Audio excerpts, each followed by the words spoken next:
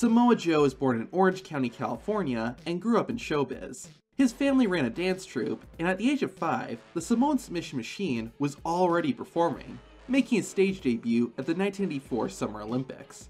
During his school years, Samoa Joe played sports and practiced judo, and even became a state junior champion. Despite all this, Joe had a desire to become a wrestler. In 1989, Samoa Joe laced up his boots and began training. By the end of the year, Joe had his first ever match and began building a name for himself. In 2000, he joined WWE's development company at the time, Ultimate Pro Wrestling. Joe ultimately wasn't picked up by WWE, but that didn't deter him. Soon after, the Samoan Submission Machine was noticed by Ring of Honor. The relatively new company brought Joe on board, and he became one of ROH's biggest stars. After spending a few years in Ring of Honor, TNA, or Impact Wrestling, took notice of the California native. TNA signed him, and Samoa Joe made his debut at the 2005 Slammiversary pay-per-view. Joe spent roughly the next 10 years in Impact Wrestling, winning many championships and becoming one of the company's biggest homegrown performers. After nearly a decade as a TNA guy, the Samoan Submission Machine parted ways from the company. This opened the doors for Joe to join WWE, and just 3 months after leaving Impact Wrestling, that's what happened. At NXT TakeOver Unstoppable, Samoa Joe made his WWE debut. Right before Kevin Owens attacked a beaten Sami Zayn, Joe walked out and confronted KO. Owens walked away, leaving Joe standing tall in the ring. Not much would happen until 3 weeks later on NXT, when Joe had his first match in WWE. For his debut match, Joe walked out to an odd choice of music.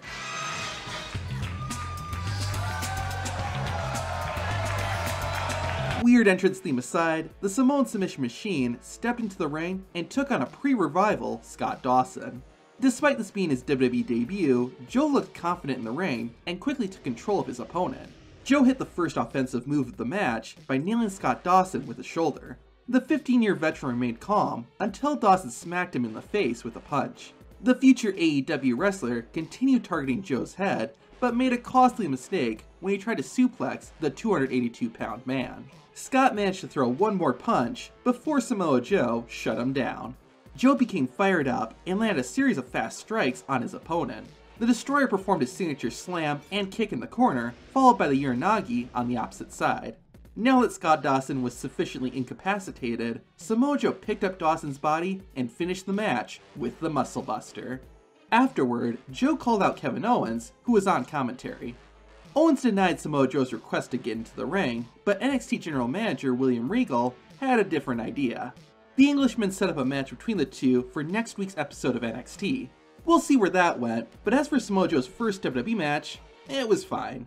Nothing that special, and just a typical squash match. The only things that stood out to me were that the match was a bit slow at first. It also felt like Joe could have done a bit more, like he didn't really hit that many moves.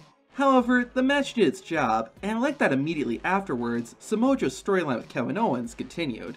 On that note, the two met a week later, but their battle ended in a no contest. Unfortunately, their rematch never happened, and both men ended up going separate ways. Instead, Joe formed a tag team with the NXT champion, Finn Balor. The two were a perfect fit, and they defeated 4 other teams to win the Dusty Rhodes Tag Team Classic. Despite their success, Joe turned on his partner by attacking Finn Balor after a match. This led to an NXT Championship match at TakeOver London, where, despite an impressive showing, Joe was defeated. In early 2016, Joe had a rivalry with Sami Zayn over the #1 contendership for the NXT Championship. After several months, Samoa Joe won another opportunity to face Finn Balor for the gold. They met at NXT TakeOver Dallas, where their fight got so violent that the match actually had to be stopped. Joe put in a hard-fought battle, but Balor was able to bridge a pin and retain his title. Luckily, it was 3rd time's the charm for Samoa Joe. At a non-televised NXT live event, Joe finally defeated his former tag team partner and won his first championship in WWE. Joe solidified his title victory by defeating Finn Balor in a steel cage match at the following TakeOver event. After conquering the Demon, Joe's next championship challenger was Shinsuke Nakamura. They went one-on-one at NXT TakeOver Brooklyn, where the King of Strong Style defeated the Samoan Submission Machine, ending Joe's NXT Championship reign in roughly 4 months. Joe would strike back in Toronto, where he defeated Shinsuke and became the first person to win the NXT Championship twice. Despite the impressive feat, Samoa Joe would lose the title in record time too. 14 days after his championship rematch, Joe lost the NXT title back to Shinsuke Nakamura. The Destroyer would not become a 3-time NXT champion. Instead, he made his main roster debut the night after the 2017 Royal Rumble. Samoa Joe ambushed Seth Rollins and appeared to align himself with Triple H. Joe later explained he just liked hurting people and he wasn't working for the Cerebral Assassin. As a member of the main roster, Samoa Joe's first rivalry was against someone he had already feuded with in NXT, Sami Zayn. Like in development, Joe defeated Zayn at Fastlane via submission. While he unfortunately wouldn't compete at WrestleMania, Joe's career received a major push at Extreme Rules when he became #1 contender for the Universal Championship. Unfortunately, Brock Lesnar was the champion at the time.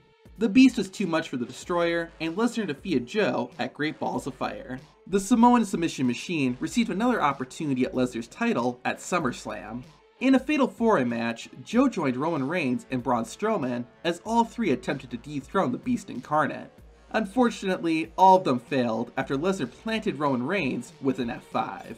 Shortly after SummerSlam, Joe suffered a knee injury and took a bit of time off. When he returned, Joe joined Team Raw and helped lead them to victory at Survivor Series. After that, the Samoan Submission Machine began a rivalry with The Shield by costing Seth Rollins and Dean Ambrose a Raw Tag Team Championship match. This evolved into a feud with Roman Reigns, who was also the Intercontinental Champion. In their first title match, Joe won, but didn't walk out with the gold due to disqualification. Their next match saw the two go for nearly 25 minutes, with Reigns picking up the win. Shortly after that, Joe sadly suffered another injury, putting him out for the next few months. When he returned, Samoa Joe challenged Roman Reigns to a match at Backlash, where the end result remained the same. Around that same time, Joe's moved to the SmackDown roster, where he feuded with AJ Styles. Through the summer and into the fall of 2018, the two competed in 4 matches for AJ's WWE Championship. Like with every other title Joe pursued on the main roster, the Destroyer was never successful. Things turned around though in 2019. On SmackDown, the United States Champion R-Truth issued an open challenge for his title. Alongside Rey Mysterio and Andrade, Samoa Joe accepted the opportunity. Thanks to being at the right place at the right time, Joe was able to win the match and his first championship on the main roster. The Samoan Submission Machine remained champion for several months, until being defeated by Rey Mysterio at Money in the Bank. However, only a few weeks later, Rey Mysterio had to vacate the title due to injury and gave the belt back to Joe, making the Destroyer a 2-time United States Champion. Only 19 days later though, Samoa Joe would lose the title again, this time to Ricochet. After the defeat, Joe focused his attention on the WWE title again by attacking Kofi Kingston. The two faced off at Extreme Rules, but Joe failed to win the big one. He got one more opportunity at the Smackville event, but to no avail. Similarly, Joe entered the 2019 King of the Ring tournament. He made it to the semifinals, but failed to win the crown. After the tournament, Joe took some time off to heal a broken thumb. During this, Joe worked as a commentator on Raw. After only a month in his new role, Samoa Joe was attacked by AOP. This prompted him to step back into the ring and turn face at the same time. This created back-to-back matches between Samoa Joe, Kevin Owens, Big Show, AOP, and Seth Rollins, with Joe's team winning the first match and AOP and Rollins winning the second. This rivalry continued in the following weeks and would lead to Samoa Joe's final match in WWE. In a fitting ending to his WWE career, Samoa Joe teamed up with former rival Kevin Owens. They partnered with the Viking Raiders, Eric and Ivar, who had recently lost the Raw Tag Team Championship to Seth Rollins and Murphy.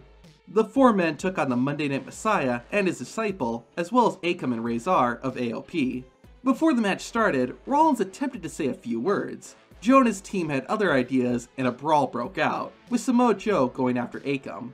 After a commercial break, the match had officially begun, with the Viking Raiders in control. Joe tagged in and unleashed his signature punch combo on Murphy.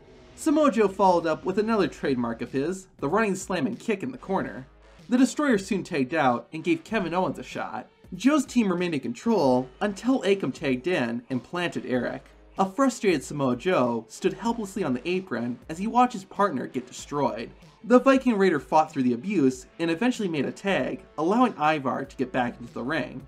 Raw then took a commercial break, and once the show returned, Kevin Owens and Razor were the legal men. Unfortunately, the AOP member was in the driver's seat. Despite the odds being against him, Owens refused to be defeated. Thanks to a well-executed DDT, KO bought himself just enough time to reach the corner and tag in Samoa Joe. The Samoan Submission Machine was firing on all cylinders. He took Seth Rollins for a ride and sent the Messiah to the outside.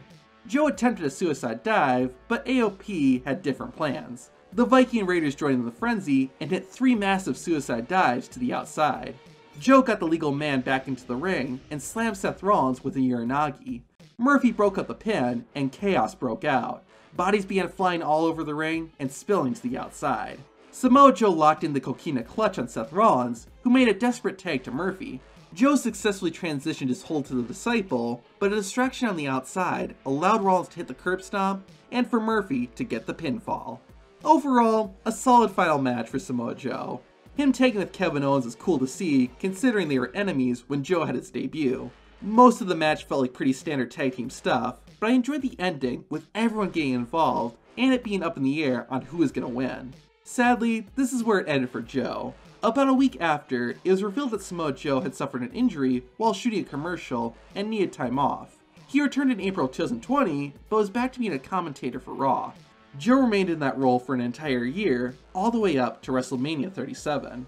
The next night, Joe was replaced by Corey Graves on Raw, and a few days later, the Samoan Submission Machine was released from WWE. He's currently sitting on his 90-day no-compete clause, which expires on July 14th. Would you like to see Joe go back to WWE someday?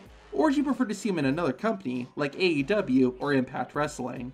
Let us know in the comments, then watch the previous Bell to Bell video on Kalisto. Shoutout goes to the TX-based Razzlin fan 1442, who's the first to comment on the last Bell to Bell episode. Until next time, I'm Zach from Tap Out Corner, and that was Bell to Bell.